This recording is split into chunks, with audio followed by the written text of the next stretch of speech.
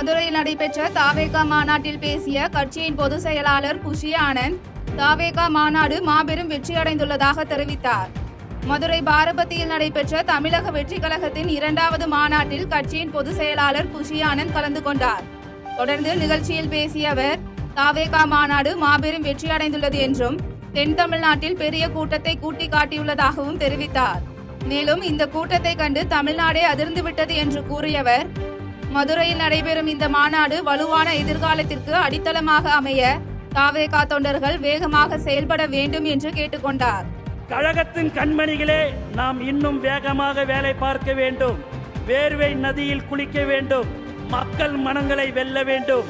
நம் லட்சியம் ஒன்றுதான், இந்த மண்ணும் மக்களும் நல்ல முறையில் வாழ வேண்டும். மதுரையில் நடைபெற்ற தாவேகா மாநாட்டில் பேசிய கட்சி நிர்வாகி அருண்ராஜ், இன்னும் 2 முறை அமலாக்கத்துறை சோதனை நடந்தால் திமுக பாஜகவுடன் கூட்டணி ஆட்சி தேவை என்று கூற வாய்ப்புள்ளது என்று விமர்சித்தார்.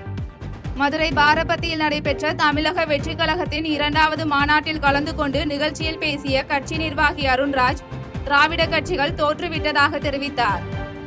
மேலும் பேசியவர், பேரறிஞர் அண்ணாவிற்கு கடன் இருந்தும் தன்னுடைய குடும்பத்துக்கு சொத்து சேர்த்து வைக்கவில்லை என்றும், ஆனால் திமுகவினர் நிலை என்ன என்று கேள்வி எழுப்பியவர், இன்னும் 2 அமலாக்கத்துறை சோதனை நடந்தால் திமுக பாஜகவுடன் கூட்டணி ஆட்சி தேவை என்று கூற வாய்ப்புள்ளது என்று விமர்சித்தார்.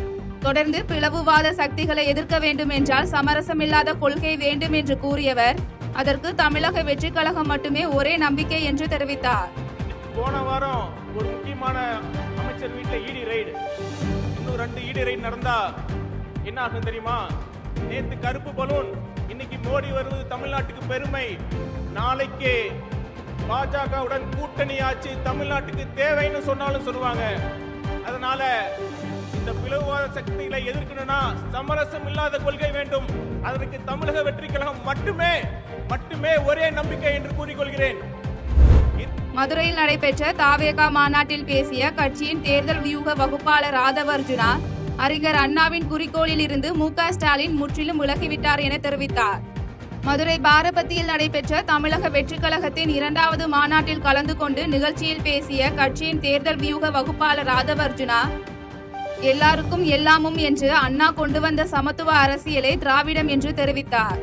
மேலும் பேசியவர், அண்ணாவின் குறிக்கோளில் இருந்து முதலமைச்சர் மு.க. ஸ்டாலின் முற்றிலும் விலகிவிட்டார் என்றும், எம்ஜிஆர் உருவாக்கிய கொள்கையை வழிநடத்திய ஜெயலலிதாவின் கொள்கையில் இருந்து அதிமுக தடமாறி பாஜகவுடன் உறவு வைத்து தமிழகத்தில் புறவாசல் வழியாக அதிகாரத்தை அடைவதற்கு முயற்சி செய்து கொண்டிருப்பதாக விமர்சித்தார். தொடர்ந்து பேசியவர், 2026இல் விஜய் முதலமைச்சர் ஆட்சி அமைத்து அந்த ஆட்சியின் மூலம் அண்ணா மற்றும் எம்ஜிஆர் ஆகியோரின் கொள்கைகளை நிறைவேற்றுவார் என்று தெரிவித்தார்.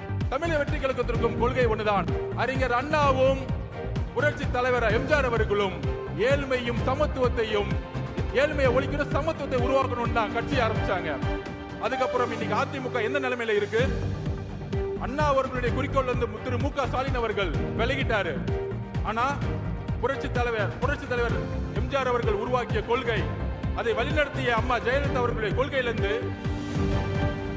தடமாறி இன்னைக்கு பிஜேபியோட உறவு வச்சுக்கிட்டு தமிழகத்துல பிஜேபியை இன்னைக்கு பின்புற வாசல் வழியாக அதிகாரத்தை அடைகிறதுக்கு அதிமுகவுடைய இன்றைய தலைமை எல்லா முயற்சிகளும் செஞ்சிட்டு இருக்கு. அப்படி இருக்கும் பொழுது நாங்கள் உறுதியாக கூறுகிறோம், அறிஞர் அண்ணாவுடைய கொள்கைகளையும் புரட்சி தலைவர் எம்ஜிஆர் அவர்களுடைய கொள்கைகளையும் உள்வாங்கி அதை அரசியல் வெற்றியாக மாற்றி 2026இல் மிகப்பெரிய இளைஞர் புரட்சியை உருவாக்கி தலைவர் விஜய் அவர்கள் முதல்வராக உருவாகி அந்த கொள்கையை நிறைவேற்றக்கூடிய வலிமை எங்களுடைய தலைவர்களுக்கும் தமிழக வெற்றி கழகத்திற்கு மட்டும்தான் இருக்கிறது. மதுரையில் நடைபெற்ற தாவேகா மாநாட்டில் பேசிய கட்சியின் தலைவர் விஜய், மாநில உரிமைக்காக, மதசார்பின்மைக்காக, சமூக நீதிக்காக எவ்வளவு எதிர்ப்பு வந்தாலும் தன் உரிமை குரல் ஓங்கி ஒலிக்கும் என்று தெரிவித்துள்ளார்.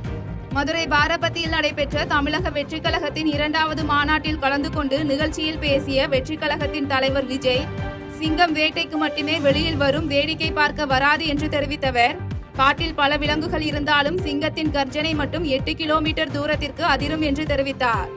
மேலும் சினிமாவிலும் அரசியலிலும் அனைவருக்கும் பிடித்த எம்ஜிஆருடன் பழகுவதற்கு தனக்கு வாய்ப்பு கிடைக்கவில்லை என்று கூறியவர், எம்ஜிஆரை போலவே குணம் கொண்ட தன்னுடைய அண்ணன் விஜயகாந்துடன் பழகுவதற்கு நிறைய வாய்ப்பு கிடைத்தது என்று மகிழ்ச்சி தெரிவித்தார்.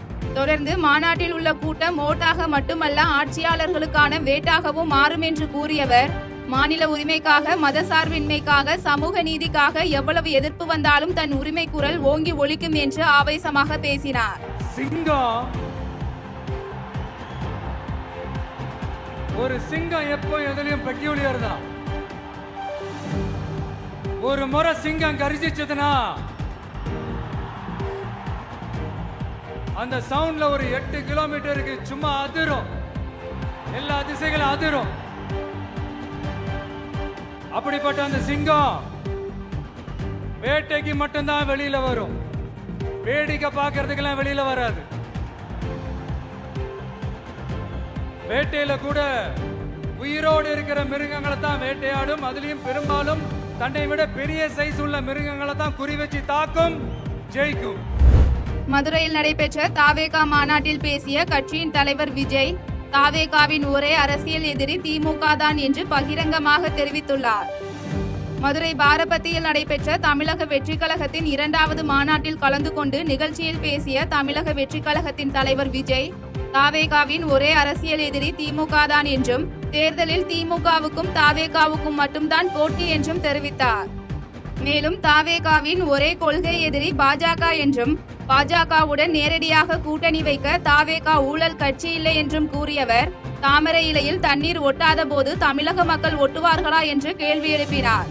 தொடர்ந்து பாசிச பாஜக, பாய்சன் திமுக என்று விமர்சித்தவர், தாவேகா தலைமையில் நிச்சயம் கூட்டணி அமையும் என்றும், கூட்டணி குறித்து சஸ்பென்ஸ் இருக்கு என்றும் தெரிவித்தார்.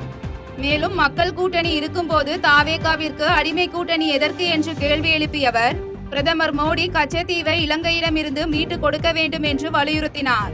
தொடர்ந்து தமிழ்நாட்டில் பொருந்தாத கூட்டணி அதிமுக பாஜக என்று விமர்சித்தவர், முதல் முறையாக அதிமுகவை நேரடியாக தாக்கி பேசியுள்ளார்.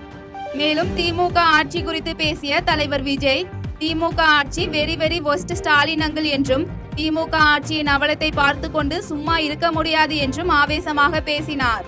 ஆனா ஒண்ணு, 2026ல 2 பேருக்கு நடுவுல தான் போட்டியே. ஒன்னு டிவிகே, இன்னொன்னு டிஎம்கே. செய்திகளை உடனுக்குடன் தெரிந்து கொள்ள கீழ்கண்ட கேபிள் மற்றும் டிடிஹெச் நெட்வொர்க்குகளில் எம்நாடு செய்தி தொலைக்காட்சியை காணுங்கள். பாதகம் செய்பவரை கண்டால் நாம் பயம் கொள்ளலாகாது பாப்பா. மோதி மிதித்து விடு பாப்பா, அவர் முகத்தில் உமிழ்ந்து விடு பாப்பா. அண்மை செய்திகளை உடனுக்குடன் தெரிந்து கொள்ள இணைந்திருங்கள் எம்நாடு தொலைக்காட்சியுடன்.